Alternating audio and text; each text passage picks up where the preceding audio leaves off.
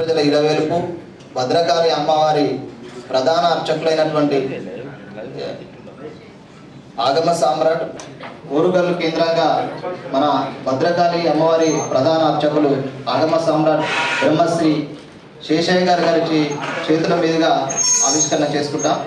మొదటి కరపత్ర ఆవిష్కరణ నుండి అత్యంత విజయవంతంగా మన కార్యక్రమం నిర్వహించబడుతుంది కాబట్టి అదే ఆనవాయితీని కొనిస్తూ ఈరోజు శేషయ్య గారి చేతుల మీదుగా మనం కరపత్ర ఆవిష్కరణ చేసుకుంటాం.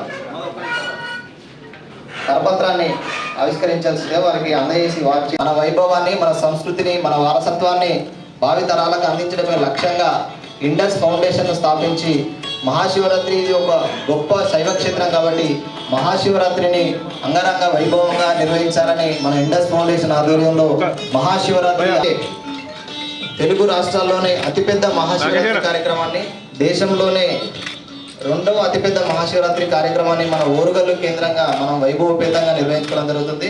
దానికి సంబంధించి ప్రజలందరూ కూడా దీన్ని హక్కున చేర్చుకోవడం వల్ల పెద్ద ఎత్తున ప్రజలు కార్యక్రమానికి హాజరవుతా ఉన్నారు. దానికి కావాల్సినటువంటి ఏర్పాట్ల విషయంలో ఇప్పటికే మా అనేక ప్రయత్నాలు కూడా ప్రారంభమైనాయి. ఇంకా రాబోయేటువంటి ఈ 10 రోజుల్లో ఆ ఏర్పాట్లన్నీ కూడా మేము పూర్తి చేసి మరి ప్రజలకు ఒక మంచి వేదికను అందించేటువంటి ఒక ప్రయత్నం మేము చేస్తాము.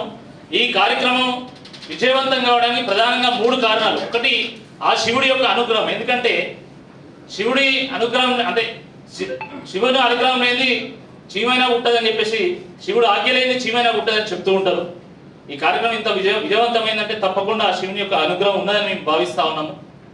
రెండవది ఆ భద్రకాళి అమ్మవారి ఆశీస్సులు, మన శేషయ్య గారి యొక్క ఆశీర్వాదం కూడా ఈ యొక్క కార్యక్రమానికి ఉంది.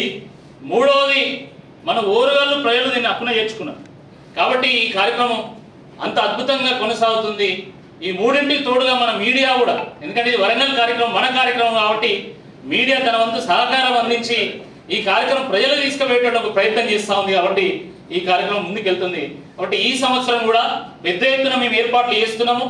మరి ఇక్కడికి వచ్చేటువంటి కళాకారులకు, ఇక్కడికి వచ్చినటువంటి సాహితీకారులకు, ఇక్కడికి వచ్చేటువంటి ఆధ్యాత్మిక గురువులకు కానీ వివిధ జిల్లా నుండి విచ్చేస్తున్నటువంటి భక్తులకు కూడా స్వాగతం పలికే విధంగా మన ఓరుగల్లు ప్రజలందరూ దీన్ని దిగ్విజయం చేయాల్సిందిగా ఈ సందర్భంగా నేను విజ్ఞప్తి చేస్తాను.